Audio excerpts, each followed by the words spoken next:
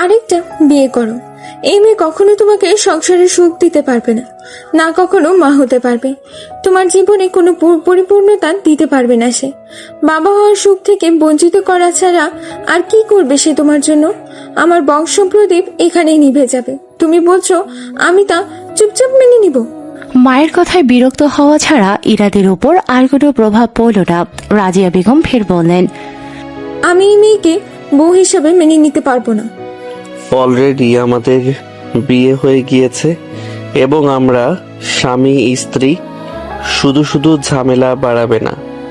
হ্যাঁ, বউ তো ঠিক আছে, তুমি ছেলে মানুষ আবার বিয়ে করবে? এই মেয়েকে সম্মতি দিতে হবে তোমার দ্বিতীয় বিয়ে, তাছাড়া বাঁচবই বা আর কদিন? ইরাদ হতভম্ব হয়ে গেল। রাজিয়া বেগম ফের চেঁচিয়ে বলতে শুরু করলেন, আমার ছেলে একটা অসুস্থ মেয়েকে নিয়ে দিনের পর দিন হাসপাতালে ঘুরবে আর বাকি জীবন তার রোগ ব্যায়ামের ফর্দ নিয়ে কাটাবে, এটা আমি কখনোই মেনে নিতে পারবো না। তাহলে কি মেনে নিতে পারবে? দেখো ইরা, তুমি মাকে ভুল বুঝছো। আমি তোমার ভালোটাই চাইছি। হ্যাঁ, খুব ভালো চাইছো। আমি যে মেয়েটাকে ভালোবাসি, ভালোবেসে বিয়ে করেছি, যাকে নিয়ে সুখে থাকতে চাইছি, তাকে ছেড়ে অন্য একজনকে বিয়ে করতে বলছো, আর এটাই তোমার ভালো চাওয়া? রাজিয়া বেগম আকুল হয়ে ছেলের গালে হাত রাখলেন। কান্না জড়ানো কণ্ঠে বললেন, বাবা, জীবনটা ছেলে খেলা নয়। এখন তুমি আবেগে পড়ে এমনটা বলছো। তোমার পুরোটা জীবন পড়ে আছে। একাকী জীবন কাটানো যায় না। ও কয়দিন থাকবে তোমার সাথে? এই অসুখ কখনো ঠিক হবে না। বাকিটা জীবন তুমি কিভাবে একা একা কাটাবে? আমি মা হয়ে তা কিভাবে মেনে নিব? ইরাদ মায়ের হাত ছাড়িয়ে নিয়ে বলল, আমি তাকে ভালোবাসি। এসব ভালোবাসা বলতে কিচ্ছু হয় না বাবা। তুমি তোমার নিজের ব্রেনে সেট আপ করে রেখেছো তাকে ভালোবাসো, তাই ভুলতে পারছো না। তুমি একবার নিজেকে বোঝাও যে তুমি তাকে ছাড়া যে কাউকে গ্রহণ করতে পারবে, তাহলেই হবে। এটা পুরোটাই নির্ভর করে তোমার মানুষতাত্ত্বিক চিন্তার উপর। আর এই সেটআপটাই আমি করতে পারছি না। আমি তাকে ছাড়া আর কাউকে ভাবতে পারছি না মা। আমি জানি সে আমাকে পরিপূর্ণতা দিতে পারবে না, তবুও আমি তার শেষ নিঃশ্বাস অবধি তার পাশে থাকতে চাই, তাকে ভালোবাসতে চাই। তুমি কেন শুধু শুধু বাগড়া দিচ্ছ? আমি বাগড়া দিচ্ছি? আমার ছেলে যে সারাটা জীবন সুখের ছোঁয়া পায়নি, এখনই সে সেই সুখ পেলে জানা গেল তার সুখের অঙ্কুরে বিনষ্ট হয়ে যাবে। আমি তা কি করে সহ্য করব? বাহ, খুব আমার সুখের কথা ভাবছো, অথচ বোঝার চেষ্টা করছো না আমার সুখটা মূলত কিসে। আমার সুখের কারণ ভুলে অন্য কাউকে বিয়ে করতে বলছো?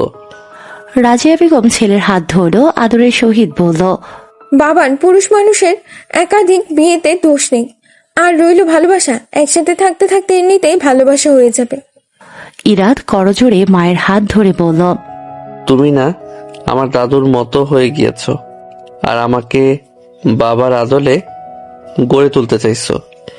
আর রইল ভালোবাসা, তোমরাও তো একসাথে ছিলে, কই ভালোবাসা তো হলো না তোমাদের মাঝে। বরঞ্চ তোমাদের সাথে সাথে আমাদের শৈশব কৈশোর পুরো জীবনটাই বিষাক্ত হয়ে গেছিল। রাজিয়া বেগম কেঁপে উঠল। ছেলের হাত ছেড়ে তিনি পিছিয়ে গেলেন। তার চোখের দৃষ্টি পাথুরে হয়ে গেছে। ইরাদ মায়ের ভাষা বুঝতে পারল। খানিকটা এগিয়ে গিয়ে বলল, সময় আর পরিস্থিতি মানুষকে কতটা নিকৃষ্ট করে তোলে দেখেছো? আমি তোমায় নিকৃষ্ট বলছি না, তুমি এই বলতে দাদি নিকৃষ্ট বলতে না, কারণ সে বাবার সাথে তোমার বনিবনা হচ্ছিল না দেখে বাবাকে ফের বিয়ে করাতে চাইছিল। আজ তুমিও তাই চাইছো। তুমি আমাকে আরেকটি বিয়ে করতে বলছো আমার ভালোবাসার মানুষটি অসুস্থ বলে।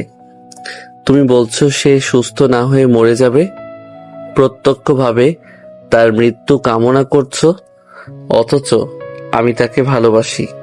তুমি আজ আমার চোখে দাদুর চাইতে নিচু হয়ে গেলে মা। দাদু তো বাবার সুখ খুঁজেছে, আর তুমি আমার ভালো খুঁজতে গিয়ে আমার সুখের মুহূর্তগুলো ছিন্ন ভিন্ন করে দিচ্ছ। রাজিয়া বেগমের চোখ দিয়ে অনবরত পানি ঝরতে লাগলো। ইরাত মাকে এড়িয়ে সোজা হেঁটে গেল। তখনই ইমদাদ হক ইরাদের বাবা প্রবেশ করলেন। ইরাদ বাবার মুখোমুখি দাঁড়ালো, তীক্ষ্ণ দৃষ্টিতে প্রশ্ন ছুড়ল। তোমার কি আমার বিয়ে নিয়ে কিংবা পূর্ণতাকে নিয়ে কোনো সমস্যা আছে?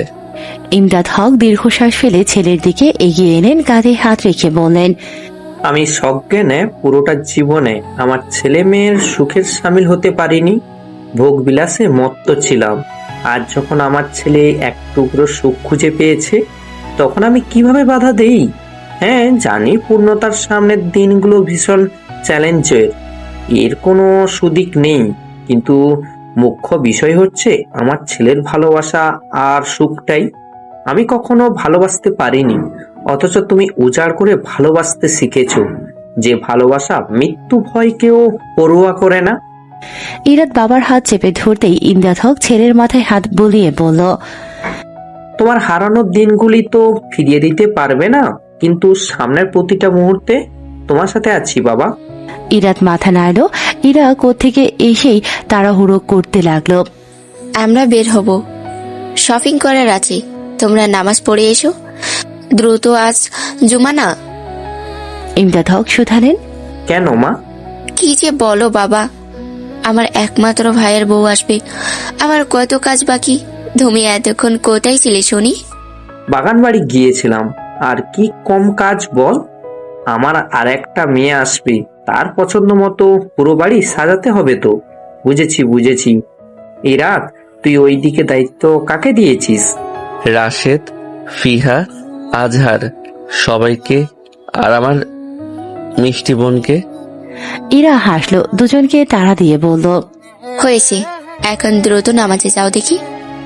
দুজনেই মাথা নেড়ে পা বাড়ালো। ইরাদ কিছু একটা ভেবে বলল, বাবা দ্রুত এসো, একসাথে নামাজে যাব। ইমদাদ হককে দেখে মনে হচ্ছে তিনি যেন এই মুহূর্তের অপেক্ষাই করছিলেন, কিন্তু মুখ ফুটে বলতে পারছিল না। হাসি মুখে দ্রুত পা বাড়ালেন। ছেলের সাথে কত বছর পর নামাজে যাবে সে, কত বড় হয়ে গেছে ছেলেটা। ইরাদ আর ইমদাদ হক একসাথে নামাজের উদ্দেশ্যে রওনা হলো। বাবার সাথে কাঁধে কাঁধ মিলিয়ে হাঁটার সময় ইরাদ এক অদ্ভুত পরিপূর্ণতা অনুভব করলো। এই অনুভূতি এই মুহূর্তের জন্য কত ছটফট করেছিল সে। বাবাও হয়তো করেছে। হ্যাঁ, বাবা তাদের ব্যাপারে তোয়াক্কা করতো না, বেখবর ছিলেন। তারা চেয়েও বাবাকে কাছে পায়নি, কিন্তু যখন বাবা বুঝতে পেরেছে তখন সে নিজেই দূরত্ব সৃষ্টি করেছে। দীর্ঘদিন একাকিত্বের মূর্ছনা ছিল তার। ইরাদের মনে হলো বাবা তার কৃতকর্মের যথেষ্ট শাস্তি পেয়েছে। একবার পূর্ণতা বলেছিল, বাবা যেমন সন্তানের ভুল ক্ষমা করে দেয়, তা মনে রাখে না, তেমনি সন্তানেরও উচিত বাবা মায়ের ভুল না ধরা। তারা যদি ভুল হয়, অন্যায় করে, তাহলে তাদের জবাবদিহিতা নিজেরাই করবে। তাদের সাথে দূরত্ব সৃষ্টি করে নিজেকে কষ্ট দেওয়ার মানেই হয় না। এই যে আপনি ছটফট করছেন, কষ্ট পাচ্ছেন, কি দরকার এইসবের? বাবার কাছে যান, সব মিটিয়ে নিন। যতটুকু মুহূর্ত নষ্ট হওয়ার হয়েছে তা তো ফিরে আসবে না, তাই বলে কি বাকি মুহূর্তগুলোও নষ্ট করবেন? তার চাইতে ভালো যতটুকু অবশিষ্ট আছে উপভোগ করা। ইরাদকে পূর্ণতার কথাগুলো খুব ভাবিয়েছে। আপুকে নিয়ে সিদ্ধান্ত নিয়েছে, বাবার সাথে সব দূরত্ব মিটিয়ে নিয়েছে। ইরাদ দীর্ঘশ্বাস ফেল। পূর্ণতাকে নতুন করে ভালোবাসতে, ভালো থাকতে শিখিয়েছে, বুক ভরা শ্বাস নিতে শিখিয়েছে। মা এই জায়গায় বড্ড অবুঝের মতো করছে। হয়তো মায়ের দিক থেকে তিনি ঠিকই আছে, কিন্তু ভাগ্যের উপর যে কারো হাত নেই। মা কেন এই কথাটা বুঝতে চাইছে না?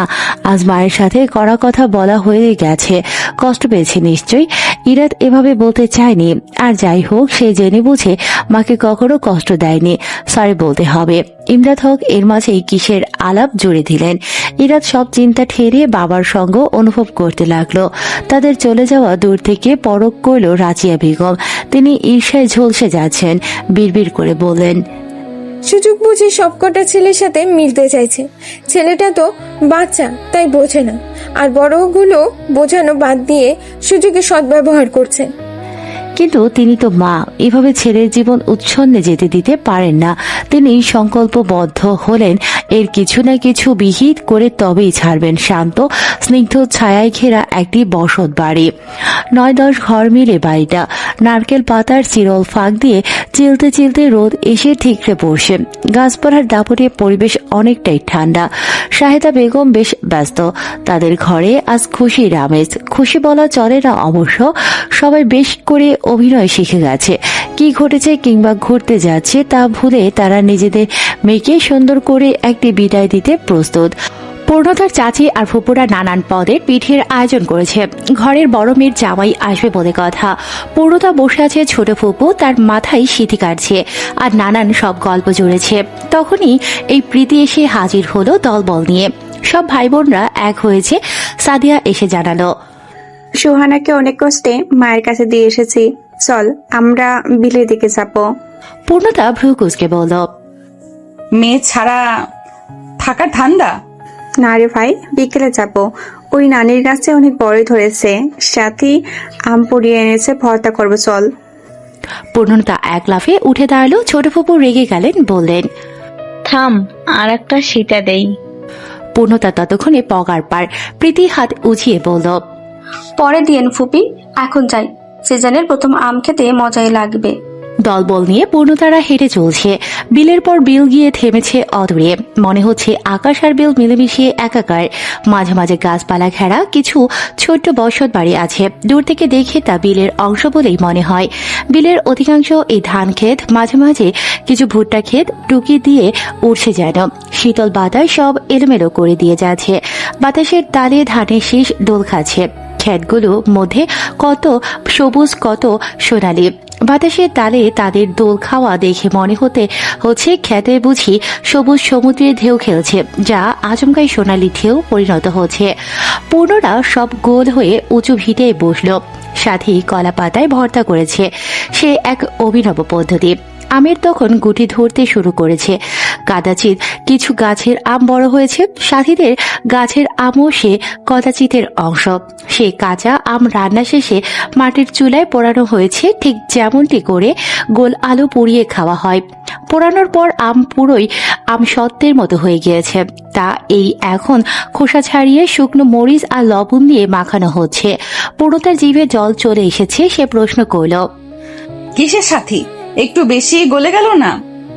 যদিও এতে বেশি মজা লাগবে। আর বলিস না ভাই, গরম কয়লা ছিল, একেবারে গরম চুলা। আমি আর প্রীতি আমের উপর কয়লা দিয়ে ঢেকে দিয়েছি। প্রীতি গেল শুকনা মরিচ খুঁজতে, আমি ভাবলাম একটু উল্টে দেখি আম কেমন হয়েছে। তারপর তো ইতিহাস বনে গেল রে। আমি মনের সুখে সোনা বন্ধে গান গাইছিলাম, আর যেই কয়লা নাড়া দিলাম, এমনি আম ফুটে উপরে উঠে গেল। কি উপর উঠে গেল? সবাই সমস্বরে চেঁচিয়ে উঠল। সাদিয়া বলল, তোর বুকে যায় নাই? পূর্ণতা হেসে বলল, এক একটা সপ্তাশ্চর্য তোরা। আম ভর্তা হতে সবাই হামলে পড়ল। আঙুলের মাথায় তুলে আম খেতে খেতে কত শত গল্প হয়েছে। হাসিতে হাসিতে একজন আরেকজনের গায়ে লুটোপুটি খেয়ে পড়েছে। গল্পের বেশিরভাগই ছিল ছোট্টবেলায় কে কি অকাজ করেছে। পূর্ণতা সবাইকে দেখলো দু চোখ ভরে। এদের সে কত ভালোবাসে। সবাই বলে এরা পূর্ণর বিচ্ছু বাহিনী। পূর্ণতা বিড়বিড় করে বলল, তোরা এমনি হাসি খুশি পূর্ণর বিচ্ছু বাহিনী হয়েই থাকিস। হাসির মাঝে প্রীতি হাত উঁচিয়ে বলল, ওই দেখ দেখ, হতু দাদু, চল বড়ই আনি। সবাই হৈ হৈ করে ছুটল। আট পৌড়ে কাপড়ে বৃদ্ধা গাছ নাড়ছে। পূর্ণরা যেতেই বলে উঠল, কি রে বউ, আমি ভাবছিলাম জামু, কিন্তু এত কাজ কাম একলা হাতে সামলাই। পূর্ণতার দাদির গা ঘেঁষে দাঁড়িয়ে বলল, আর লাগবে না যাওয়া, এখন আমরাই এসে পড়ছি, এইবার বড়ই দেওয়া লাগবো কিন্তু। বৃদ্ধা হেসে উঠল, খা ভাই খা, ওই বাড়ির বিশ্বগুলা দিনে কয়বার গাছে উঠে। তোরা আমার বোন, তোরা খেলে আমার কলিজা শান্তি। সাথী সাদিয়ার কানে ফুসুর ফুসুর করে বলল, আগে খুঁজলে ঝাড়ু মারতো, অন্যরাও কত দৌড়াইছে, আর এখন ওর সময় শেষ বলে এমনই তো রে, মানুষ যখন থাকে তখন তোয়াক্কা করে না, আর এখন শেষ সময়ে এত ভালোবাসা। আমরা মানুষরা এমন কেন? আমরা মানুষরা ভীষণ অদ্ভুত। বৃদ্ধা গাছ ঝাগড়া দিতেই টুপটাপ বড়ই পড়তে শুরু করলো। পাশের দিঘির জলে বৃদ্ধা আফসোস করে বলল, আরে এখন কেমনে নিবি? আরে দাদু, পানি কম, আমি নামতেছি, আপনি খাড়ান। পূর্ণতা প্লাজো উঁচিয়ে নেমে পড়ল। দিঘির পানি স্বল্প, গোড়ালির উপর পর্যন্ত হয় কিনা রাতে মাঝে হাঁটু অবধি। বড়ই ভেসে বেশি দূর যাওয়ার আগেই সব কটা করিয়ে নিতে লাগলো। পূর্ণতা একটি লালচে বড়ই নিয়ে মুখে পড়ল। গাছে শীতল ছায় আর হিম হওয়ার তার দেহ জোড়াচ্ছে। বাতাসের সাথে পাল্লা দিয়ে উঠছে ওড়নার বাড়তি অংশ। পূর্ণতা দুহাত প্রসারিত করে বুক ভরে শ্বাস নিতে লাগলো। এই হাওয়া, এই বিল, ঝিল, মাটি সব মিশে আছে তার আদ্যপ্রান্ত। এই মাটি, এই মানুষগুলো ছাড়া সে থাকতে পারে না, ভীষণ কষ্ট হবে। বাতাসের দাপটে পূর্ণতার খোপার বাঁধন ছেড়ে বেরিয়ে আসা চুলগুলো এখন উড়ছে। পূর্ণতা দু হাতে তার মাটি ও মাকে অনুভব করছে। তার প্রাণে আকুল আবেদন রেখে যাচ্ছে। আমাকে তুমি আঁকড়ে রেখো মা, যেমনি আমি তোমায় আঁকড়ে ধরেছি, প্রতিটা দূরত্বে, প্রতিটা একাকিত্বে। ইকলাব শুকনো মুখে গ্রুপ কল রিসিভ করলো। ফিহা তাড়া দিয়ে বলল, সবটা দ্রুত ইরাদের বাসায় আয়। ইকলাব বিরস গলায় বলল, আবার ওখানে কেন? ওদের বিয়ে হয়েছে, এখন সুখে শান্তিতে বসবাস করুক, আগুন জ্বলুক আমার বুকে। রাশেদ বলল, আন্টিকে মানাতে হবে বাপ। আজহার বলল, আন্টি সবকিছু নষ্ট করার চেষ্টা করছে। ইকলাব বলল, হোয়াই ম্যান, ওনার আমার সাথে বেশি দুঃখ। তুমি তো দুঃখের সাগরে ভাসতেছ। ফিহার কথার জবাবে ইকলাব সোজা হয়ে বসলো, হাই তুলে বলল, আবার জিগা, যারা ভালোবাসতাম তার দেবদাসের মতো ওনার ছেলের হাতে তুলে দিলাম। এখন আবার যে ভালোবাসে সে ছেড়ে গেল। রাশেদ রেগে বলল, ভাইস দিতে গেছস কেন? খুব দয়ালু কিনা আমি? বলেই ইকলাব গলা ছেড়ে গান গাইতে লাগলো। এত কষ্ট কষ্ট এ বুকে। আজহার ঝাড়ি মেরে বলল, তোর কষ্টের চেতনার পারদ আকাশে উঠেছে, এসব বাদ দিয়ে বলবি কি হয়েছে? রাশেদ জিজ্ঞেস করল, আবার কি করছিস? ওরসি কেন তোকে ছেড়ে যাবে? ফিহা বলল, সবাই দ্রুত বের হ, ইরাদের বাসায় গিয়ে এসব নিয়ে আলোচনা হবে। আমরা এই ক্লাবে সমস্যার সমাধানও করব, ওরশিকেও ফিরিয়ে আনবো। ওরসি তোকে ছেড়ে গেছে কারণ তোর কোনো পুরুষত্ব নেই। ইকলাব মুখে খাবার পুড়তে পুড়তে বলল, ট্রাই করে দেখবি নাকি? রাশেদ তার দিকে হাতের কুশন ছুঁড়ে মারল। ইকলাব পাল্টা কুশন ছুঁড়ে বলল, তুই একটা দিলওয়ালি ধর না, আর কত সিঙ্গেল থাকবি? নাকি তোর নিজেরই? বলেই দাঁত খিচিয়ে হাসল। তখনই ইরাদ আর ফিহা এদিকটায় এগিয়ে এলো। ফিহা আজহারের পাশে বসে বলল, ওরশিকে তুই কি বলেছিস? কি বললাম? কি জানি কি হলো, আমাকে মেল করলো, সে চলে যাচ্ছে। শুধু এটুকুই বলেছে? হুম, কাব্যিক ভঙ্গিতে লিখে পাঠালো। আমি ভীষণ বাজেভাবে একার প্রার্থনায় ভালোবাসা হলেও সংসার হয় না। আপনি না হয় আমার চাঁদ হয়েই থাকুন, আমি আপনাকে দূর থেকেই ভালোবাসবো। ইরাদ প্রশ্ন করল, মনে করো কোথাও একটা ভুল করেছিস কিনা? ছোটখাটো কিছু হতে পারে, তেমন বড় কিছুই করিনি। আজহার বলল, মেয়েরা এই ছোট ভুল এই বেশি ধরে বসে। ইকলাব নাক উঁচিয়ে বলল, ভাই তোরা তো মহান, এদের মুড সুইং সামলাতে হিমশিম খাস না। ফিহা ভেঙচি কেটে বলল, আহা পীরে কামেল, সারা বছর এত গার্লফ্রেন্ডকে সামলাচ্ছে। ইকবাল দাঁত খিচিয়ে বলল, ইউনো, ওরা আমাকে সামলেছে, আমি নই। ইরাদ ওদের তর্কের মাঝে গেল না। সে অর্শি কল দিল। ইকলাব ভেবেছে তার হয়ে কিছু সাফাই গাইবে। ইরাদ কুশলাদি বিনিময়ের পর জানালো, অর্শি, তুমি এক্ষুনি টিকিট ক্যান্সেল করবে। দেখো কার সাথে তোমার মান অভিমান হয়েছে আমি জানি। আমি শুধু জানি আমাদের কালকের গুরুত্বপূর্ণ সময়টাতে তোমার থাকা চাই। এরপর পূর্ণ তোমাকে যেদিন ছাড়বে তুমি সেদিন যেতে পারবে। ইরাদ কল রাখলো। ফিহা বলল, যাক, প্রবলেম সলভ, ইনক্লাব হ্যাপি। ইকলাব খেকিয়ে উঠল, আর বেটা কিসের হ্যাপি? হ্যাঁ, ও আমার হয়ে কিছু বলেছে? কি বলবো? আগে তুই ওর অনুভূতিকে সম্মান করতে শিখ। ইকলাব বুজুর্গদের ন্যায় মাথা নেড়ে বলল, মেয়েদের অনুভূতির অসম্মান, আবার ইরাদ আফরানের চোখের বিষ। আজহার বলল, আচ্ছা শোন, ঝামেলা শেষ, এবার আন্টির সাথে কথা বলি। ফিহা বলল, আন্টি নিজে এদিকে আসছে। Ready guys? রাজিয়া বেগম এসে সবার পাশে বসলেন, কুশলাদি বিনিময় করলেন কিছুক্ষণ। ইকলাব রসিকতা দিয়ে শুরু করলো। কালকে আন্টি কোন জামদানি পরবেন ঠিক করেছেন? জবাবে রাজিয়া বেগম চুপ রইলেন। ইকলাব আইসি ভঙ্গিতে বলল, শুনেছি আন্টি মানে ইরাদের শাশুড়ি মজার মজার পিঠা বানায় আর রান্না করে। ওনাদের আর একটা বড় মেয়ে থাকলে আমিও বিয়ে করে নিতাম, বুঝলেন আন্টি? খালি খাউন আর খাউন। ফিহা দাঁতে দাঁত পিষে বলল, এ কি আন্টি, কে কনভার্স করেছে নাকি খাওয়ার ধান্দা করছে? রাশেদ ফিস ফিসিয়ে বলল, আমার মনে হয় ছাকা খাওয়ার পর ওর খাওয়ার রোগে পেয়েছে। ইকলাব গা ঝাড়া দিয়ে বলল, ইরাদ ভাই একা খাস না, আমাকে কিছু পার্সেল করিস। রাজিয়া বেগম আর সহ্য করতে পারলেন না, প্রশংসাগুলো তার গায়ে কাটার মতো ঠিকছে। তোমরাও সঙ্গ দিচ্ছ, কেন বুঝতে চাইছো না? রাজিয়া বেগমকে কথা সম্পূর্ণ করতে না দিয়েই ইরাত বলে উঠল, কি বুঝবে মা, তোমার বেইনসাফি কথাবার্তা। রাজিয়া বেগম তেলে বেগুনে জ্বলে উঠলেন, তুমি আমাকে বেইনসাফ বলছো? দেখো মা, আমি তোমাকে সবার সামনে কথা শোনাতে চাইছি না। বাকি সবাই চুপ রইল। মা ছেলের মাঝে কথা বলা সঠিক মনে হলো না। রাজিয়া বেগম দমে গেলেন না, তিনি ইরাদের হাত নিজের মাথায় রেখে বললেন, তুমি যদি এই মেয়েকে বউ হিসেবে ঘরে নিয়ে আসো তাহলে আমার মরা মুখ দেখবে। বসার ঘরে সবাই বজ্রাহত হলেন। ফিহার মনে হলো ব্যাকগ্রাউন্ড হিসেবে স্টার জলসার জিন্তা নানানা বাজছে। এই রাত কিছুক্ষণ থা হয়ে রইল। সে মূলত ভাবতেও পারেনি তার মমতাময়ী মা এমন কথা বলতে পারে। কিছুক্ষণ থমকে চমকে ইরাত নড়ে চড়ে দাঁড়ালো, ভীষণ শান্ত স্বরে বলল, উপরে যে একজন আছে তিনি না শুধু বাবা মায়েদের না, সন্তানদেরও। আল্লাহ বলেছেন বাবা মায়ের অবাধ্য না হতে। তোমাদের অধিকার আছে সন্তানের ভালো মন্দ, তাই বলে সন্তানের উপর জুলুম করার অধিকার তিনি তোমাদের দিয়ে দেয়নি। আমি এত নীতি কথা শুনতে চাইনি। রাজিয়া বেগমের কথায় ইরাদ আরেক দফা চটে গেল। মাথার উপর থেকে মায়ের হাত সরিয়ে দিয়ে বলল, এনাফ ইজ এনাফ। তুমি আগে পরে যা বলার বলেছ, এখন থেকে আর বলবে না, ব্যাস।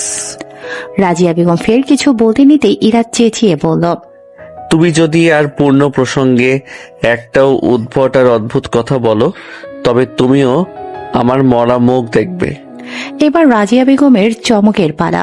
ইরাদ রাগে গজরাতে চলে গেল। তার প্রতি পদক্ষেপ যেন রাজিয়া বেগমকে কটাক্ষ করে বলছে, তুমি ভুলে যেও না আমি তোমারই ছেলে। সবার মাঝে পিনপত নীরবতা।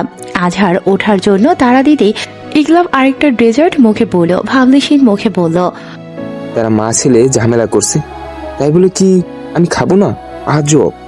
পূর্ণতাদের বাড়িতে খুশির আমেজ। বড়রা সবাই নিজেদের মাঝে আলাপ করছে, ছোটরা খেলছে, নিজেদের মতো মজা করছে। ব্যতিক্রম ইকলাব। সে বসে আছে পূর্ণতার দাদি নানিদের মাঝে। তার হাতে ট্রেতে হরেক রকমের পিঠে পুলি। সে একটা করে টেস্ট করছে আর স্বাদের গুণাগুণ গাইছে। সাথে দাদি নানিদের বলছে, বর্ণনা করছে তাদের নাচ জামাই যে হবে তার রাজকপাল। আরেকটা বড় মেয়ে থাকলেও সেও এ বাড়িতে বিয়ে করে ফেলত। বৃদ্ধারা ইকলাবের দুষ্টুমি ধরতে পারল না। কেউ কেউ নিজেদের নাতনিদের জন্য প্রস্তাব রেখে বসল। তাদের সবার এই বয়স 16 প্রায়। ইকলাব দাদিদের সরলতা দেখে হাসল। বিদায় বেলায় সবাই একটু আবেগী হয়েছিল। ইরাদ সাদমান সাহেবের হাত ধরে বলেছিল, আঙ্কেল আপনি চিন্তা করবেন না, পূর্ণতার দেখভালের দায়িত্ব আমার। তিনি কিছুটা আশ্বস্ত হলেন, তবুও কষ্ট বাড়ল বই কমল না। প্রীতি ইরাদকে কড়াই গন্ধায় বুঝিয়ে দিল তার বোনের খেয়াল রাখার ফর্দ। ইরাদ তার গাল টেনে দিয়ে বলল, ম্যাডাম আপনার কি কাজ মনে আছে? প্রীতি মাথা নেড়ে জানালো, মনে আছে। তুমি কিন্তু আমার আপুর খেয়াল রাখবে। ইরাদ নাটকীয় ভঙ্গিতে বলল, জैसे आपकी हुकुम मालिका। প্রীতি হেসে কুটি কুটি ইমদাদ সহ সাদমান সাহেবের সাথে কোলাকুলি করে বললেন, আপনি চিন্তা করবেন না, আমি আমার আরেকটি মেয়ে নিচ্ছি। পুরো সময় রাদীপকে দেখা না গেলেও গাড়িতে ওঠার সময় দৌড়ে এলো। পূর্ণতার হাতে কাঁচা পাকা তেঁতুল দিয়ে বলল, গাড়িত খাস? পূর্ণতা চেঁচিয়ে বলল, ও বাড়িতে যাস কিন্তু। তোকে রাদীপ হাত নাড়িয়ে বলল, যাব মানে? তা না হলে আমার বাঘের কাচ্চি কে খাবে? পূর্ণতা ভেঙচে বলল, দেব না। রাদীপ হাত নেড়ে বলল, আমি নিয়ে খেতে পারি, দূর হ। গাড়ি এসে থামলো বাগান বাড়ির সামনে। ইমদাদ হক পূর্ণতাকে এগিয়ে নিয়ে এলেন, বললেন, আমাদের সবার প্রচেষ্টা ছিল তোমার ক্ষুদ্র বাড়িটিকে রাঙিয়ে তোলার। পছন্দ হয়েছে?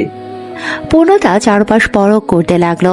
প্রবেশদ্বারের এক পাশে বাগান বিলাসের সাদা আর গোলাপি ভ্যারাইটিস, আরেক পাশে লাল টকটকে কামলিং রোজ। গাছগুলোতে ঝাঁকড়া ফুল, দুধারে ফুলের পাপড়ি ছড়িয়ে ছিটিয়ে আস্তরণ তৈরি করেছে। আর বাড়ির বাউন্ডারির দেয়ালে নীলকণ্ঠ আর অপরাজিতার মেলা। দেয়ালে এঁকে বেঁকে বেয়ে ওঠা সবুজ লতার মাঝে ঘন ঘন নীল এবং সাদা অপরাজিতা সত্যি নজর কাড়া। পূর্ণতার মন খুশিতে ভরে উঠল। সে উচ্ছ্বাসে প্রশ্ন করল, আমার বাড়ি? ইমদাদ হক মাথা নেড়ে বললেন, হ্যাঁ মা, তোমার। পূর্ণতা ভেতরে প্রবেশ করল। সে বাড়িটি দেখতে চাইল। ইরাদ বলল, কাল সকালে ঘুরে দেখবো কেমন? পূর্ণতা অবুঝের ন্যায় প্রশ্ন করল, একসাথে? হ্যাঁ, একসাথে। বড়রা সবাই সামনে চলে যাওয়াতে ইরাদ পূর্ণতার হাত ধরে হাঁটতে লাগলো। ইকলাব ধূপধাপ পায়ে এগিয়ে এলো, গলা খাকারে দিয়ে বলল, সিঙ্গেলদের সামনে প্রেম করিয়া লজ্জা দিবেন না। পূর্ণতা ইরাদ ফট করে হাত ছেড়ে দিল। ইকলাব তাদের দুজনের মাঝে শেষ দিতে দিতে হেঁটে চলে। অর্শি রেগে বলল, বজ্জাত লোক কারো শান্তি দেখতে পারে না। রাতে টুকটাক আনুষ্ঠানিক ছিল, তা ইরা বেশ কড়া হাতেই সামলেছে। পূর্ণতা তখনও ঘুমে। ইরা এই ঘুম পাড়িয়ে দিয়েছে। এমনিতেই অসুস্থ শরীর। পূর্ণতা আর ঈশা একসাথে ঘুমোচ্ছিল। ফিহা অর্শি সাজগোজের যাবতীয় জিনিসপত্র নিয়ে হাজির হলো। ইরা প্রশ্ন করল, তোমরা ওদের রুমে সাজাবে, কিছু প্ল্যান করেছো? ফিহা মাথা নেড়ে বলল, হ্যাঁ আপু, গতবার আমাদের পছন্দসই করেছিলাম, এবার ভাবছি ইরাদ আর পূর্ণর ইচ্ছে মতো সাজাবো। আচ্ছা, তবে জিনিসপত্র লাগবে, লিস্ট করে দিও, আনিয়ে নিব। না আপু, রাশেদ নিয়ে এসেছে, আমি ওদের বলে সাজিয়ে দিতে। ওসি তুমি পূর্ণকে তৈরি করো, আমি আসছি। অর্শি মাথা নাড়ল। ইরা বলল, একটু বস, আমি ওদের খাইয়ে দেই। ইরা ভাত মাখিয়ে ঈশা আর পূর্ণতাকে খাইয়ে দিতে লাগলো।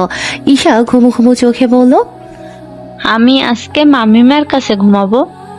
অর্ষিত ঠোঁট টিপে হাসলো। ফিহা পুরো বাড়ি খুঁজে কারো টিকিটাও পেল না। ঘর থেকে বেরোতেই দেখলো সবাই মিলে আড্ডা দিচ্ছে, আয়েশ করে চা খাচ্ছে। ফিহাকে দেখা মাত্রই ওদের কথা থেমে গেল। অযথাই একজন আরেকজনের পিঠ চাপড়ে হাসতে লাগলো। ফিহা ভ্রু কুঁচকে বলল, কিছু কথা হচ্ছিল, আমাকে দেখে থেমে গেলি কেন সবাই? ইকলাব বলল, বলদি ফিহা, ছেলেরা একসাথে কত আলাপ করে, সব জিজ্ঞেস করতে নেই। ফিহা বুঝতে পারলো কোশ্চেন গোয়িং রং। আজহার প্রশ্ন করল, কোনো দরকার ছিল তোমার? ফোন করলেই পারতে। এত কথা ফোনে বলা যেত না? রাশেদ যা যা আনতে বলেছিল এনেছিস? রাশেদ মাথা নাড়ল। আজহার বুঝতে পেরে তারা দিয়ে বলল, চলো হাতাহাতি কাজ শেষ করে দেই, ঘুম পেয়েছে। ইকলাব বুঝতে পেরেও গো ধরে বলল, কোথায় কি কাজ? ফিহা দাঁতে দাঁত চেপে বলল, ওদের ঘরটা সাজিয়ে দিবি। আমি পারবো না, আমার ঘুম পাচ্ছে। আজহার বলল, আরে বেটা, নড়েচড়ে বসলেই ঘুম ধেই ধেই করে পালাবে। তা পালাবে? আমি সিঙ্গেল মানুষ হয়ে এত ঘর সাজাতে পারবো না। রাশেদ বলল, ঢং করিস না তো, তবুও তো তোর উত্থান পতন আছে। আমায় দেখ, আজন্ম সিঙ্গেল। ইকলাব উঠে দাঁড়ালো, বিরক্তি নিয়ে বলল, রে ভাই, কয়বার বাসর করা লাগে তোর? মেয়েটা না অসুস্থ? ইরাদ হতভম্ব হয়ে গেল। ফিহা কিছু না শোনার ভান করে চলে গেল। ইরাদ ইকলাবের পিঠে কিল বসিয়ে দিল। গজরাতে গজরাতে বলল, মুখে লাগাম দিতে পারিস না? একটু লজ্জা করে না তো? ফিউ ছিল এখানটায়। 2 বার বাসর করছিস, লজ্জা তো তোর হওয়া উচিত। ইরাদ ইকলাবের সাথে তর্কে গেল না। এর সাথে পারা যাবে না। সে প্রস্থান করল। ঘর সাজাতে বেশি সময় লাগেনি, কাজ অল্প ছিল। সাজানো সম্পূর্ণ হয়েছে বেশ আগেই। তার মাঝে ফিহারা কি সব রিচুয়াল করেছিল। অর্শি পূর্ণতাকে সাজিয়েছে বেশ মিষ্টি করে। পূর্ণতা লাল বেনারসির সাথে লাল দোপাট্টা নিয়েছে, সাথে হালকা সাজ আর গহনা। ফিহা তার দুহাত আর খোপায় বেলি ফুলের মালা পরিয়ে দিয়েছিল। ঘরটা মোম আর গোলাপ দিয়ে সাজানো হয়েছিল। সাথে অর্শি ফুলদানিতে অনেক অনেকগুলো রজনীগন্ধার তোড়া রেখে দিয়েছে। ব্যাস, রাজকীয় সাজ। ওরা পূর্ণতাকে ঘরে রেখে বিদায় নিল। সে বসে বেশ কিছুক্ষণ ইরাদের অপেক্ষা করছিল, কিন্তু ইরাদের আসতে বেশ দেরি হচ্ছিল। ওদিকে ইকলাবেরা ইরাদকে পাকড়াও করেছে। ইরাদ কথা না বাড়িয়ে তাদের চাহিদা মতো ক্যাশ আউট করলো, তাতেও ওরা ছাড়ল না। আজহার বলল, তুই ভাই এত দ্রুত মেনে যাস কেন? ইকলাব বলল, সালা শুধু বউয়ের কাছে যাওয়ার তারা। ইরাদ মাথা নেড়ে বলল, আমার বউ আমার জন্য অপেক্ষা করছে, আমি কিছু অ্যাকাউন্টের জন্য তাকে অপেক্ষায় রাখবো? রাশেদ মাথা নাড়িয়ে বলল, প্রেমিক পুরুষ কিনা সে?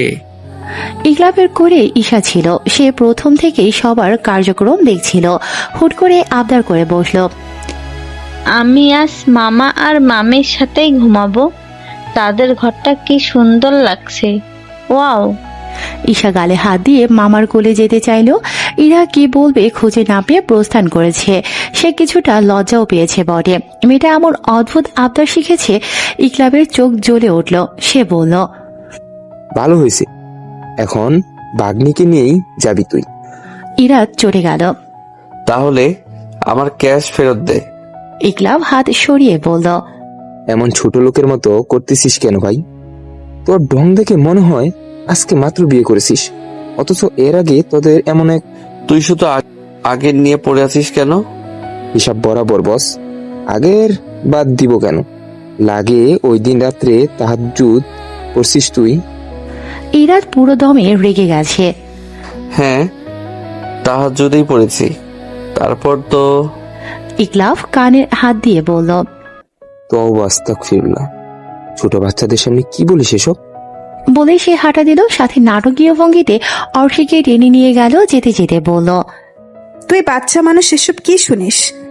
হুসরে পাকামো আবার চোখে বিষ। ইকলাব ঈশাকে তার মায়ের কাছে দিয়ে অর্ষিকে নিয়ে বাইরে চলে গেল। ভরা পরিমায় যেন পৃথিবী ভেসে যাচ্ছে। অর্ষি এক দৃষ্টিতে তাকিয়ে আছে তার হাত ধরে রাখা ইকলাবের হাতের দিকে। সে তো এতটুকুই চেয়েছিল, কিন্তু এই চাওয়াটাই যে বৃহৎ হয়ে গেল শেষ অবধি। অর্ষি তার হাত ছাড়িয়ে নিল। ইকলাব হাত পা ছড়িয়ে ঘাসের উপর বসে পড়ল। অর্ষি কাট কাট গলায় বলল, আমাকে এখানে কেন নিয়ে এসেছ? শুনছি দেশ ত্যাগ বনবাসে যাচ্ছিস, কোন দুঃখে বল শুনি? তা জেনে তোমার কাজ নেই। এতদিন ইচ্ছে হয়নি, এখনো লাগবে না। বেশ লাগবে, বলে ফেল। Please don't act like you cares. I am really care. Orshi মুখ ফেরালো। চলে যেতে নিতেই ইকলাব হাত টেনে পাশের চেয়ারে বসিয়ে দিল। অর্ষি অন্যদিকে মুখ ফিরিয়ে রাখলো। ইকলাব মাথা চুলকাতেই, অভিমান তার কাছে সবচেয়ে বেখাপ্পা লাগে। মেয়েদের এই অভিমান। তার জীবনে প্রেমিকার আনাগোনা বহু হলেও কারো অভিমান ভাঙানো হয়নি। সত্যিকার অর্থে প্রেমিকার স্থানে ছিল ফিহা। তার অভিমান নিয়ে ইকলাব সে বেশ নাকানি চুবানি খেতে হতো। যখন সে বুঝতে পেরেছিল ফিহা বেশ সহজ সরল, তার এই খামখেয়ালি বেপরোয়া জীবনে মিশে গেলে ফিহা কখনো ভালো থাকবে না, তখন নিশ্চুপ সরে এসেছিল। তারপর পূর্ণতা, তাকে সে এক পাক্ষিক চেয়েছে। পূর্ণতাকে চাওয়ার পর মনে হতো বাউন্ডলে জীবন ছেড়ে সাংসারিক হতে। তার সুযোগও এসেছিল। তখন ইরাদকে পূর্ণতার চিঠি না দিলে এখন ইরাদের জায়গায় সে থাকতো। কিন্তু ভালোবাসায় একটা ব্যাপার আছে, ভালোবাসার মানুষকে সুখে থাকতে দেখা একদম ওয়াজিব। হোক না সে সুখ আমাদের ছাড়াই। তাই তো মানুষ এক শিল্প শিখেছে, তাকে ভালোবাসো তো যেতে দাও। ইকলাব ও পূর্ণতাকে যেতে দিয়েছে। ইকলাব দীর্ঘশ্বাস ফেলে বলল, ইসি, পূর্ণতাকে নিয়ে তোর আপত্তি? অর্ষি নড়ে বসল। ইকলাবের এই ইসি ডাকতেই তাকে নড়বড়ে করে দেওয়ার জন্য যথেষ্ট। ইকলাব ফের বলল, দেখ, পূর্ণতার ব্যাপারটা আমার লাভ অ্যান্ড ওয়ান সাইডের মতো। এখানে সে কিছুই করেনি, অথচ আমার ব্যাপারটা হয়েছে মার ডালা। তুই বুঝতে পারবি, যেমন আমি কিছুই করিনি তবুও তুই মার গিয়া। এখন পূর্ণ আমার চোখে এক সম্মানের জায়গায়। সে আমার বন্ধুর স্ত্রী। হ্যাঁ, একসময় আমি তাকে চাইতাম। সে আক্ষেপ, সে পূর্ণতার হিসেব আরেক। আমি তাকে সেদিন এই চির বিদায় দিয়ে এসেছি যেদিন সে ইরাদের হয়ে যাওয়ার সম্মতি দিয়েছিল। আমার পূর্ণতাকে নিয়ে কোনো সমস্যা নেই।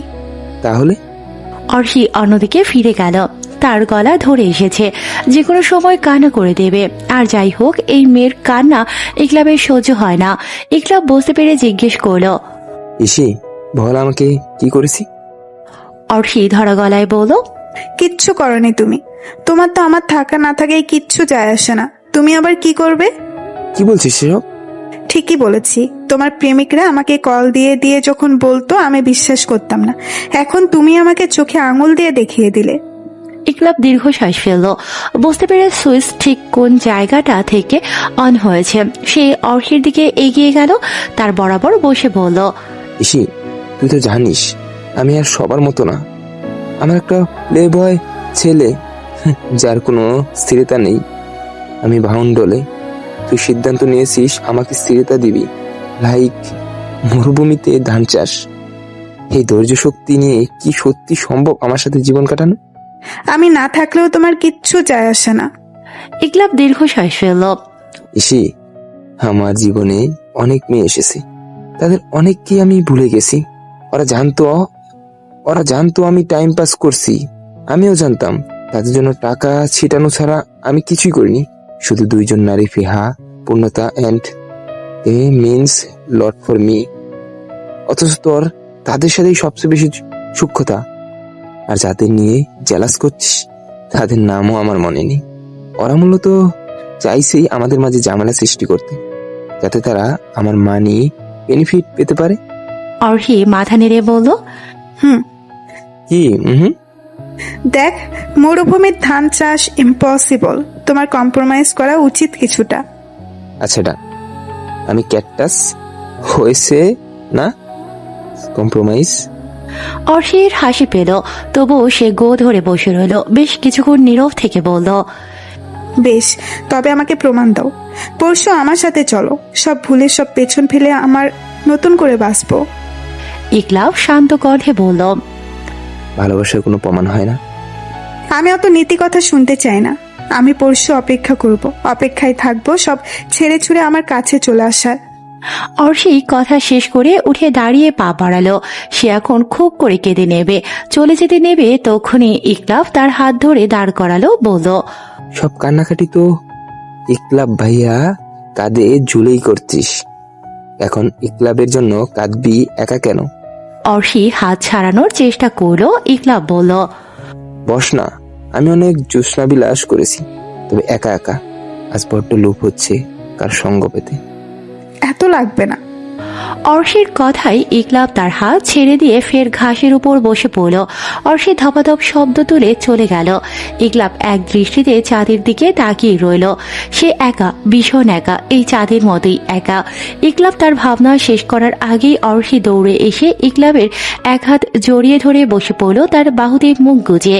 ইকলাব পড়তে পড়তেও সামলে নিল নিজেকে। অর্ষি গুনগুন করে কাঁদতে কাঁদতে বলল, তুমি ভীষণ বাজে, আমাকে শুধু কষ্ট দাও। ইসি আমার জীবনের ডার্ক সাইড গুলো তোর চাইতে ভালো কে জানে, কিন্তু তবু আমার সাথে চলা এত সহজ হবে না।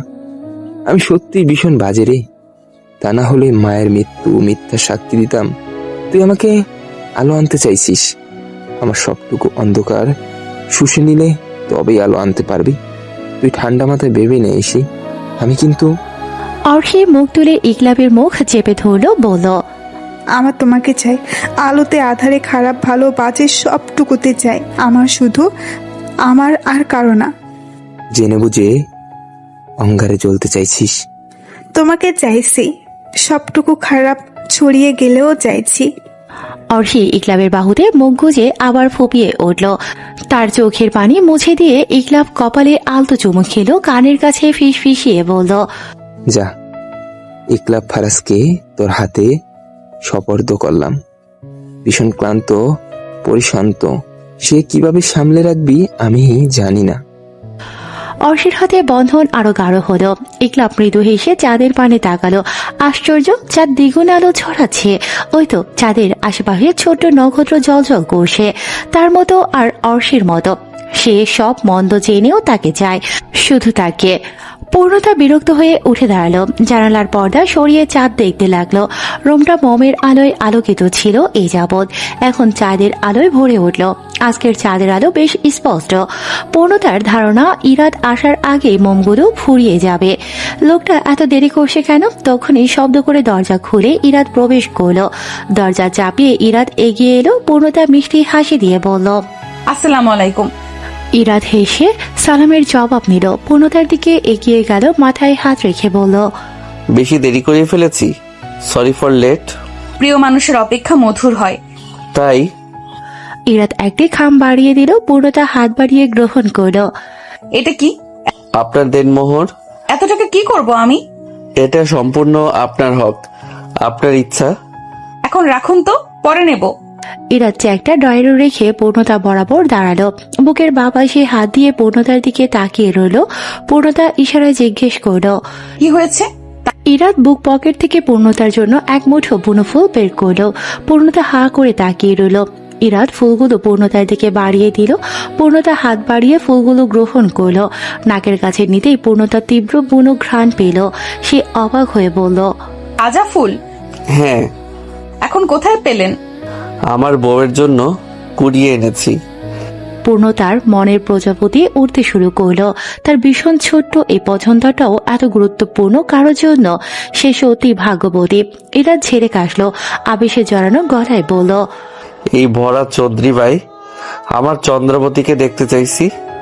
পূর্ণতা সোজা হয়ে বলল, এই 1 মিনিট ভালো করে ঘুমটা দিয়ে নি, তা না হলে বউ বউ ভাইব আসবে না। জি, আর কি করবেন? আরো অনেক কিছু। বলেই পূর্ণতা লম্বা ঘোমটা টানলো। সোজা হয়ে দাঁড়িয়ে বলল, নিন, এবার হয়েছে। ইরাদ স্মিত হাসলো। সে পূর্ণতার দিকে হাত বাড়িয়ে দিল। আলতো হাতে ঘোমটা সরিয়ে নিল। চাঁদের আলোয় পূর্ণতার মুখখানা দারুণ মায়াবী ঠেকছে।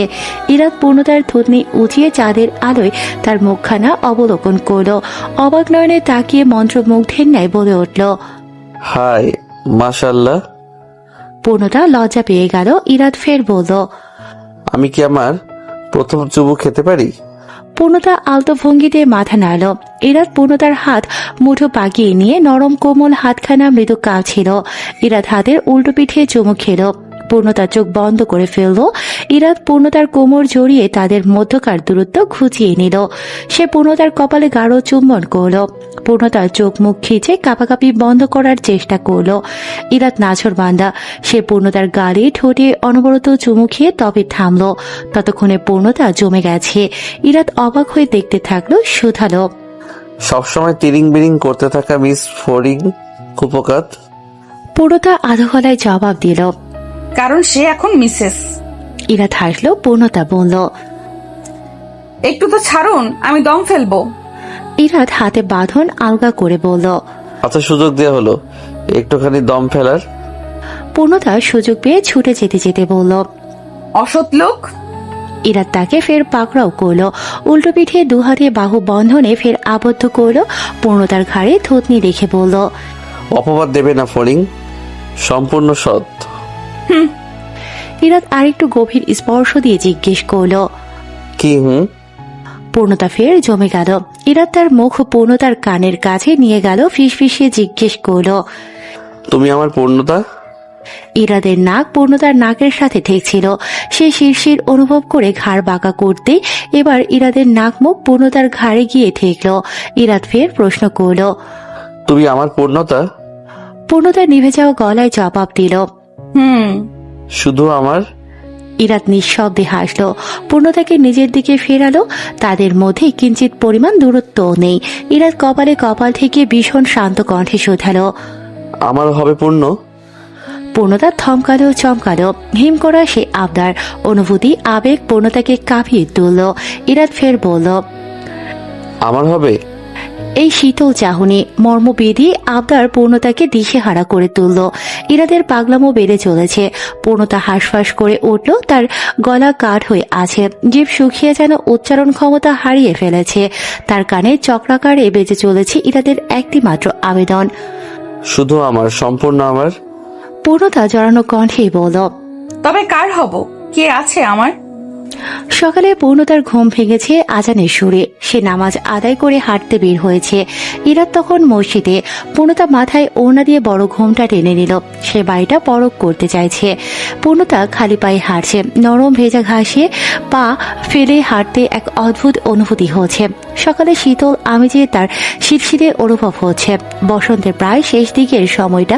রাতের খানিকটা কুয়াশা, ভোরবেলায় শিশির রূপ ধারণ করে হেঁটে পূর্ণতা বাড়ির সামনের দিকটায় এলো। বাড়ির সামনের লম্বা লন, হাঁটার পথের দুপাশে গোলাপের শাড়ি। এখানে বনসাই করে কাটা গোলাপের ভ্যারাইটিস রঙগুলো মিলেমিশে গিয়েছে। দেখে বোঝাই যাচ্ছে বেশ যত্ন নেওয়া হয়। গাছে জেগে ধরেছে ফুল। এই পথে হাঁটলে সুগন্ধ আর সৌন্দর্য নির্মলতা ছড়ায়। পাশে লনে জবা, রঙ্গন, কাঠগোলাপের এলোমেলো শাড়ি। এই গাছগুলো বেশ পুরনো দেখেই বোঝা যায়। গোলাপের শাড়িগুলো নতুন মনে হচ্ছে। রঙ্গন, জবার মাঝে মাঝে দেখা মিলছে কিছু ফল গাছ। প্রতি পদের একটাই গাছ, মনে হবে কোনো গৃহিণীর স্বপ্নের কর্নার। যেমন একটা করে আম, জাম, লিচু, কাঁঠাল, জামরুল ইত্যাদি ফল গাছ একটা করে, কিন্তু কোনোটাই বাকি নেই। পূর্ণতা একটি বাসরলতা দেখতে পেল। গাছ বেশ পুরনো বলেই এত ঝোপ বেয়ে গেছে। তার লতাগুলো বাতাসে সুন্দর করে দোল খাচ্ছে।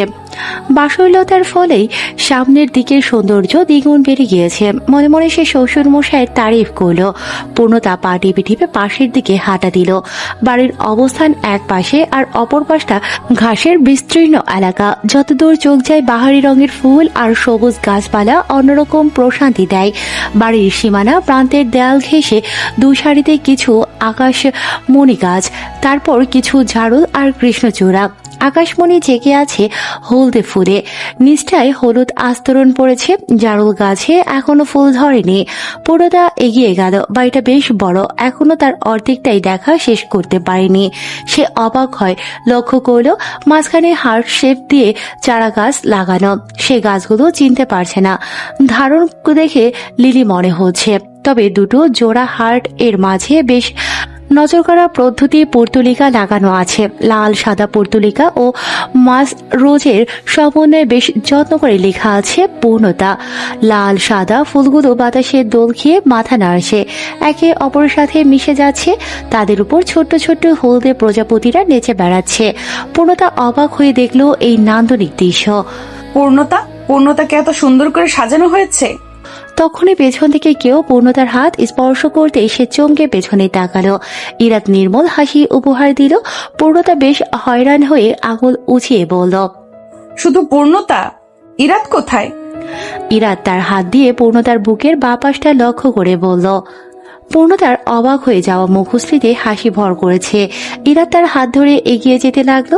যাওয়ার পথে ফুল কেমন কি রূপে আছে তার কিছুই পূর্ণতার দেখা হলো না। সে দু চোখ ভরে তার নিজের মানুষটাকে দেখল। ইরাত এসে থামলো লেকের মতো দেখতে সুইমিং পুলের পাশে। পূর্ণতা ইরাদের হাত ছেড়ে সামনে গিয়ে থামলো। এক পাশে একটা প্রকাণ্ড শিউলি গাছ, তারপর এক সারি বেলির শাড়ি শেষ হতেই দেখা গেল গন্ধরাজের শাড়ি। তাদের শেষে থোকায় থোকায় নুয়ে পড়া হাসনাহেনা, যার পাশেই একটা ফোয়ারা থেকে পানি গড়িয়ে পড়ছে সুইমিং পুলে। স্বচ্ছ নীল পানিতে দেখা যাচ্ছে বড় গামলায় রাখা মাটি, যেখান থেকে উঠে এসেছে লাল সাদা পদ্ম। স্বচ্ছ পানিতে ভেসে আছে কিছু জল মেজাই। এই সবকিছুর কেন্দ্রবিন্দু একদম মাঝে একজোড়া কপতি রাজহাঁস রাজকীয় ভঙ্গিতে ভেসে বেড়াচ্ছে। পূর্ণতা দুহাত গালে রাখলো। ইরাদের দিকে আর চোখে তাকিয়ে প্রশ্ন করলো, একদম আমার স্বপ্নের মতো। বাড়িটা কি এমনই ছিল? কিছু গাছ বেশ পুরনো। গাছের ক্রম হচ্ছে বড় বাবা, দাদা, বাবা, আমি। আর বাড়িটা একদমই এমন ছিল না। তাহলে? আগে ছিল পারিবারিক বাগান বাড়ি, এখন হচ্ছে পূর্ণ নন্দমহল। আপনি আমার ডায়েরি পড়ে এমনটা করেছেন, তাই না? আমাকে এত স্পেশাল ফিল করেন কেন? ইরাদ হাতের মগটা পূর্ণতার গালে ঠেকিয়ে বলল, কারণ আপনি আমার জীবনের সবচেয়ে স্পেশাল। পূর্ণতা দ্রুত সরিয়ে বলল, আউচ, গরম। পরীক্ষা করলাম চা পানি হয়ে গিয়েছে কিনা। পূর্ণতা মুখ ফুলিয়ে বলল, অসভ্য লোক। ইরাদ মগ পূর্ণতার হাতে দিয়ে বলল, আপনারই তো। আপনি খাবেন না? আপনারটা কোথায়? একসাথে চা খেতে কিন্তু দারুণ লাগতো। অবশ্যই খাবো একসাথে, এক কাপে। আপনি চাইলেই একই চুমুকেও। বলে ইরাদ ঠোঁট চেপে হেসে ফেলল। পূর্ণতা ইরাদের ইশারা ইঙ্গিতে কথা বলা বুঝতে পেরেছে। সে তা পাত্তা না দিয়ে কাপে চুমুক দিল, মুখ কুঁচকে বলল, চায়ের স্বাদ বেশ, তবে চিনি নেই। ইরাদ মগ ছিনিয়ে নিয়ে এক চুমুক দিল, অতঃপর পূর্ণতাকে ফেরত দিয়ে বলল, এবার টেস্ট করো। পূর্ণতা ঠোঁট উল্টে ফেলল। ড্রামার নায়ক লাগে আমাকে? হুম, আমার নায়িকা লাগে। পূর্ণতা চোখ মুখ কুঁচকে চা খাচ্ছিল। ইরাদ মাঝে মাঝে নিয়ে এক চুমুক নিচ্ছে। সে পূর্ণতার ভাবভঙ্গি বুঝতে পেরে বলল, ম্যাডাম, চিনি খাওয়া কমাতে হবে আপনাকে। এটা বেশ কঠিন। নো প্রবলেম, আমি আসি না চিনির বদৌলতে। পূর্ণতা মুখ ফুসকে বলে ফেলল, তো আমি আপনাকে খাবো? ইরাদ বিনতি ভঙ্গিতে মাথা নেড়ে বলল, জैसे आपकी मर्जी। পূর্ণতা চোখ বড় বড় করে মুখ চেপে ধরল। ভাগ্যিস এখানে কেউ নেই, যদি কেউ শুনে ফেলতো। ইরাদ হাসলো। পেছন থেকে এনে একটি সাদা গোলাপ ধরল পূর্ণতার সামনে। পূর্ণতার চোখ খুশিতে চকচক করে উঠল। ইরাদ বলল, আমার ফুলের জন্য নিতান্তই মামুলি এক ফুল। পূর্ণতা গোলাপ হাতে নিয়ে ঘ্রাণ শুকল। শুভ্রতা তার মন ও মস্তিষ্কে ছড়িয়ে যাচ্ছে। দূর থেকে তাদের এই দৃশ্য অবলোকন করছে ইকলাক। কোনো ঈর্ষা নয়, বরঞ্চ সে দেখতে চাইছে কিভাবে ইরাদ ফুল দিয়ে পূর্ণতাকে অবাক করে দিয়েছে। মেয়েরা অবাক হতে পছন্দ করে। সে ঠিক করেছে এখন থেকে অর্শিকে ইমপ্রেস করার চেষ্টা করবে। ইরাদের সাথে ডিল হয়েছে, সে পূর্ণতাকে যেভাবে ইমপ্রেস করবে ইকলাবকেও তা জানাবে। মেয়েদের ইমপ্রেস করায় সে একদম জিরো। এমন সময় কারো পায়ের আওয়াজ পাওয়া গেল। অর্শিকে দেখা মাত্রই ইকলাব গোলাপ পেছনে লুকিয়ে ফেলল। সে এক্ষুনি প্রস্তুত নয়। অর্শি তীক্ষ্ণ দৃষ্টিতে তাকিয়ে রইল। বেশ কিছুক্ষণ ইকলাবকে পরখ করে বলল, কি লুকাচ্ছ তুমি? ইকলাব ধরা পড়া চোরের মতো বলল, কই কিছু না তো। তুমি কারোর সাথে আলাপ করেছিলে, আমাকে দেখে লুকিয়ে ফেলেছো? দেখি। ইকলাব হতভম্ব হয়ে গেল। কি নির্মম পরিহাস আমার মতো একজন নিষ্পাপ যুবককে কেমন অপবাদ দেওয়া হচ্ছে। দিদা হও ধরণী। অর্শি তার কর্ণপাত করল না, কোমরে হাত দিয়ে বলল, পেছনে কি আছে, বের করো। ইকলাবকে বেশ কষ্ট পেতে দেখা গেল। একজন নিষ্ঠুর রমণী তাকে অপবাদ দিয়েছে। সে আগোছে একটি সাদা গোলাপ বের করে আনলো। অর্শি অবাক হয়ে জিজ্ঞাসু দৃষ্টিতে তাকিয়ে রইল। ইকলাব ঠোঁট এড়িয়ে বলল, তোর জন্য। অর্শি অবাক হয়ে গোলাপটি হাতে নিল। অবুধ শিশুর মতো আঙুল দিয়ে একে একে গোলাপের পাপড়িগুলো ছুঁয়ে দেখল, যেন সে এই প্রথম গোলাপ দেখেছে। মুহূর্তেই অর্শির চোখে মুখে খুশির ঝলক দেখা দিল। সে যেন বিশ্বাস করতে পারছে না, ফের প্রশ্ন করল, সত্যি আমার জন্য? ইকলাব মাথা নেড়ে জানালো, সত্যি। অর্শি ফুলটি হাতে নিয়ে অষ্টাদশী কিশোরীর ন্যায় ছুটে যেতে লাগলো। ইকলাব অবাক হয়ে গেল। পৃথিবীতে সবচেয়ে সহজ কাজ মেয়েদের খুশি করা। ছেলেরা কেন জানি এই সহজ কাজটি করতে পারে না। ইকলাব ও অর্শির পিছু পিছু হাঁটতে লাগলো। অর্শির খুশি দেখে মনে হচ্ছে প্রেম মানুষকে অষ্টাদশী কিশোরীতে পরিণত করে। ইকলাব দাঁড়িয়ে আছে। ইরাদ তার হাতে কিছু জিনিসপত্র তুলে দিল। ইকলাব গজরাতে গজরাতে বলল, আমি অ্যাপয়েন্টমেন্ট নিয়ে রেখেছি, সময় মতো পৌঁছে যাবি। যাবো নে মারাও শালা। কতবার কেমন কথার বরখেলাপ করেছো। আটনায়র মারাইতে গেছে সে, স্যারের সামনে আমার রেপুটেশনের পুটকি মেরে দিছে। এবার হবে না তো? হলে হবে, আমার কি। রোমান্স নামের পালসাল করতে থাক, পরে হুগা মারাও খেয়ে নিস। ইরাদ তাকে পিঠ চাপড়ে দিয়ে বলল, যা ভালো থাকিস। আরে এত হাইপার হচ্ছিস কেন? ইকলাব ইরাদের কাঁধে ধাক্কা দিয়ে বলল, যাচ্ছি, তুই গিয়ে রোমান্স কর। তা না হয় করব, সবার সাথে দেখা করে গেলে হতো না? হাসরের বিদায় নিয়ে তো যাচ্ছি না। ইরাদ আর কথা বাড়ালো না। ও মানবে না, শুধু বেকার কাজ হবে। ইকলাব ধীরে ধীরে দৃষ্টিসীমার আড়ালে চলে গেল। ইরাদ কেমন যেন ভারী অনুভব করলো। অর্শি বসে আছে। অ্যানাউন্সমেন্ট বলা হয়েছে আর কিছুক্ষণ পরেই তাদের ফ্লাইটের জন্য চলে যেতে হবে ভেতরটায়। অর্শি উঠে দাঁড়ালো। 3 ঘন্টা যাবৎ অপেক্ষা করছে। ইকলাবের চলে আসার কথা ছিল আরো আগে, সে আসেনি, হয়তো পিছুটান ছাড়তে পারছে না। অর্শি তার ছেলের হাসি হাসলো। তার চাইতে পিছুটান বেশি বড় হয়ে গেছে। অবশ্য সে কবেই বা এত গুরুত্বপূর্ণ ছিল যে প্রায়োরিটি দিতে হবে। আর সে এক পা করে এগিয়ে যেতে লাগলো। যতটা না এগোচ্ছে তার চেয়ে বেশি পিছু ফিরে দেখছে। একবার, দুবার, তিনবার মনে হচ্ছে এই বুঝি লোকটা আসবে। অর্ষি ফের কিছুক্ষণ থম মেরে দাঁড়িয়ে রইল। কিছুক্ষণ অপেক্ষা করে আবার হেঁটে চলল। আর কখন আসবে, সময় তো ফুরিয়েই গেছে। তখনই পেছন থেকে কারো চেঁচিয়ে ওঠার আওয়াজে অর্ষি তড়িৎ গতিতে পেছন থেকে সামনে ফিরল। মনে হলো তার মানুষটা এসেছে। পেছন ফিরে অর্ষি দেখল একটি ছেলে দৌড়ে তার প্রিয়তমাকে জড়িয়ে ধরেছে। অর্ষি ঠায় দাঁড়িয়ে রইল। যতটুকু আশায় বুক বেঁধে সে দাঁড়িয়েছিল তার চাইতে দ্বিগুণ ব্যথা বুকে ঘুরে দাঁড়ালো। মানুষটা আসেনি, আর কখনো আসবে না। অর্ষি বিড়বিড় করে বলল, জানো, এত কিছুর পরেও কোথাও একটা শুষ্ক বিশ্বাস ছিল তুমি আমার অভিমান ভাঙাতে আসবে। আমি কেমন বাজে আশা করি বলো তো। আমি যতবার তোমার দেও না দুঃখ ছাপিয়ে মাথা তুলে বাঁচতে চাই, ততবার তুমি কেমন যেন আমার নিত্য নতুন আক্ষেপ হয়ে আসো। আমি তবুও চাইতাম তুমি একটু আসো, আমার দুঃখ হয়ে এসো। দেখো না, আজ আমার অপেক্ষাটা কি বাজেভাবেই না ফুরালো। তুমি তবে আমার দুঃখ হয়েই থেকো, আমার অপেক্ষাদের মৃত্যু হোক। হ্যাঁ, অপেক্ষাদের মৃত্যু হোক। অর্ষি কথাটা শুনে দ্রুত গতিতে পেছন ফিরে তাকালো। ইকলাব তার খুব কাছে দাঁড়িয়ে থাকায় তার বাহুতে ধাক্কা খেল। ইকলাব ঠোঁট এড়িয়ে দারুণ হাসল। Am I late? অর্ষির চোখ দিয়ে টপ টপ করে পানি ঝরতে লাগলো। সে ফুপিয়ে বলল, ভীষণ লেট। ইকলাব অর্ষির চোখ মুছিয়ে দিয়ে বলল, তুই এখনো বাচ্চা আছিস শিশি? কিছু হলেই এমন ব্যয় ব্যয় করে কেঁদে ফেলিস? অর্ষি মাথা নেড়ে বলল, এখন কেন এসেছো? আর যাওয়া লাগবে না। পিছুরান ছাড়তে কষ্ট হচ্ছে ফাইন, সে তো ছাড়লেই আর 5 মিনিট। আগে ছাড়লে কি হতো? ইকলাব ভ্রু কুঁচকে ফেলল। এখানে 5 মিনিটের মামলা আসলো কেন? সময় তো শেষ, আমরা ফ্লাইট মিস করেছি। ইকলাব ঠোঁট চেপে আরেকবার হাসল।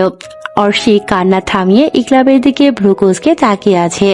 রাগে তার নাকের পাটা ফুলে উঠেছে। ইকলাবের হাসি ক্রমান্বয়ে বাড়ছে, তার সাথে পাল্লা দিয়ে অর্ষির কান্না। ধৈর্য হারিয়ে সে চেঁচিয়ে উঠল, মজা নিচ্ছ তুমি আমাকে নিয়ে? আহা, এত রেগে যাচ্ছিস কেন? আমি যে মমকে কথা দিয়েছি তার কি হবে? তারা তো আমার অপেক্ষায় বসে থাকবে। তারা তো আর জানে না আমি তাদের গুণধর ছেলের জন্য ফ্লাইট মিস করেছি। ফ্লাইট মিস হয়নি, আমাদের ফ্লাইট আর 2 ঘন্টা পরে। কি? অর্ষি বিস্ময় নিয়ে তাকালো। সে যেন বিশ্বাস করতে পারছে না। ইকলাব মুখ ছোট করে বলল, সরি। তুমি আমাকে 4 ঘন্টা আগে সময় বললে, 2 ঘন্টা অপেক্ষা করেছিলে। আমিও বোকার মতো চেক করিনি। অর্ষির ক্রমশই কান্না পাচ্ছে। একটা মানুষ তাকে তার আবেগ নিয়ে এভাবে মজা উড়িয়ে দিল, সে টেরও পায়নি। অর্ষি 2 হাতে মুখ ঢেকে ফুপিয়ে উঠল, তুমি সবসময় আমাকে নিয়ে মজা করো। আমি সরি। তুমি একটুও সরি না, আমি জানি। আর হবে না, সত্যি বলছি। অর্ষি দুপাশে মাথা নেড়ে বলল, তুমি ভীষণ বাজে। স্বার্থের এই দুনিয়ায় কার চোখে নিজেকে হারানোর ভয় দেখতে ভালো লাগে? অর্ষি ইকলাবের দিকে ফিরে তাকালো, প্রশ্ন করল, আমাকে কাঁদিয়ে তুমি শান্তি পাও? পেলে বলো, তোমার শান্তির জন্য আমি এক জীবন কেঁদে পার করে দিতে পারবো।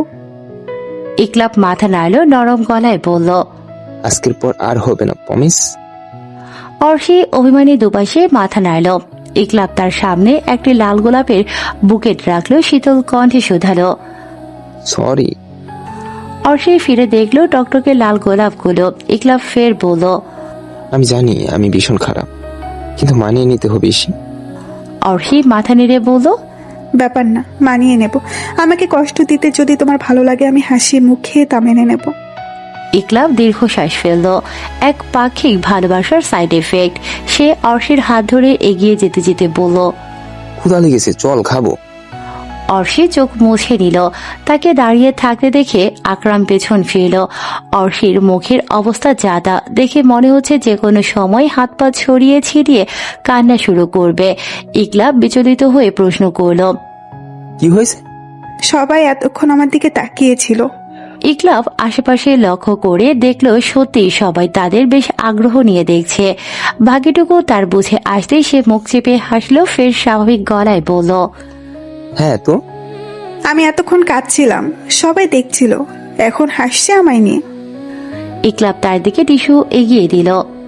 এই জন্যই তো বলি যেখানে সেখানে ভেবে করে কাঁদিস না ঐশী। তুই শুনছিস আমার কথা? অর্ষি নাক মুছতে মুছতে বলল। তুমি যে আমাকে ইচ্ছে করে কাঁদাও তার বেলায়। ইকলাব হাসলো। এই মেয়ের সাথে সে এক জীবন বয়ে নেয়ার ফোন দিয়ে দিয়েছে। কত সমুদ্র কাঁদবে আল্লাহ ভালো জানে। ইরাদ হাতের কাজ সেরে কল রিসিভ করলো। Group call. সবেমাত্র রাশেদ, ইকলাব, ইরাদ যুক্ত হয়েছে। রাশেদ প্রশ্ন করলো, পৌঁছেছিস? হ্যাঁ। ইরাদ কিছু ফাইল দেখতে দেখতে বলল, কি রে, কি অবস্থা? ইকলাব যেন এই সুযোগের অপেক্ষায় ছিল। সে মুখ তেতো করে বলল, তুই শালা এতক্ষণে ফোন ধরার সময় হয়েছে? সারাদিন বইয়ের পিছে পড়ে থাকিস। যাহা কাজ ছিল। এখন যত ব্যস্ততা। রাশেদ হেসে বলল, ইকবাল হচ্ছে ইরাদের মেল ভার্সন প্রেমিকা। ইকলাব চটে গিয়ে বলল, বেশি কথা বলবি তো এক মারবো না, প্রেমিকার নাম ভুলে যাবি। থাকলে তো ভুলবো। ইরাদ জানতে চাইল ইসি কোথায়। ইকলাব সোজা হয়ে বসে বলল, মায়ের কোলে ঘুমাচ্ছে। যাক ভালোই। এখন কি প্ল্যান? জানি না কি করব। ততক্ষণে ফিহা আজহার যুক্ত হয়ে গেল। ফিহা বলল, এই তুই নাকি ইসিকে অপেক্ষা করিয়েছিস? ইকলাব অবাক হয়ে বলল, আমার নামে নালিশ দেওয়াও শেষ? তো দিবে না? এই ঢং মারবি না। ওদের তর্ক বেঁধে গেল। আজহার তাদের থামানোর বৃথা চেষ্টা করলো। ইকলাব থেমে বলল, ইরাদ, তোর বিয়েতে আমার একটা বেশ বড় উপহার দেওয়ার কথা ছিল। এত আনুষ্ঠানিকতা লাগবে না বন্ধু, আমি তোর। হ্যাঁ, এত বন্ধুত্ব আগে কই ছিল? আজহার বলল, আগে আমাদের কারো মাঝেই সার্কেল মেনটেনের মনোভাব ছিল না।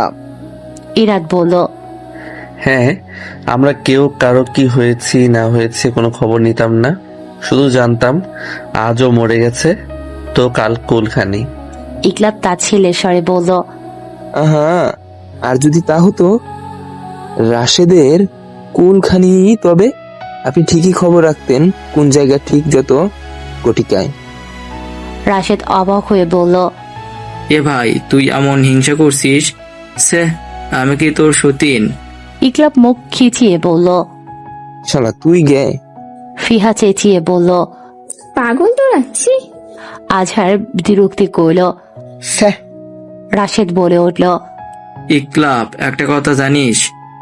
যত যাই হয়েছে ইরা তোর বেস্ট ফ্রেন্ড, তোরই আছে। আমি আজ পর্যন্ত ওর পছন্দের বিরুদ্ধে কথা বলার সাহস করিনি। ওর রাগের সময় ধারে কাছে ঘেঁচতে চাইনি। না তোর মতো এত স্যাক্রিফাইস করতে পেরেছি। ইকলাব হেসে ফেলল। ফিহা বলল, আচ্ছা, আমাদের বন্ডিং এখন ভালো হয়েছে ফর হোয়াই, এভাবে বলছিস কেন? আজহার বলল, পূর্ণ, ওর জন্যই আমরা এক হয়েছি। ইকলাব হেসে বলল, শুধু পূর্ণ নয়, পূর্ণতা। আর আমি চাই ওর নামের সতর্কতা পাক। ইরা, তুই পূর্ণতার প্রায়োরিটি লিস্ট তৈরি করবি। আর সবগুলো ইচ্ছে পূরণ হওয়া চাই, তবেই না হবে পূর্ণতা, সত্যিকারের পূর্ণতা। রাশেদ বলল, আর আমরা সাধ্যমতো সাহায্য করব। ফিহা মন খারাপ করে বলে উঠল, এভাবে বলছিস কেন? দেখছিস পূর্ণ সুস্থ হয়ে যাবে। ইকলাব বলল, ফিহু, তুই নট অনলি ফিহা বাট অলসো ডক্টর ফিহার মতো করে বাপ। ইকলাব কি বলতে চাইছে তা সবাই বুঝতে পেরেছে। ইরা দীর্ঘশ্বাস ফেলল। ফিহা পরিস্থিতি স্বাভাবিক করতে বলে উঠল, এই তুই ওদেরকে গিফট দিবি? কই, আমাদের তো দেশ না। তুই এত হিংসুটে ফিহা? আমি তোদের গিফট দিয়েছি, এই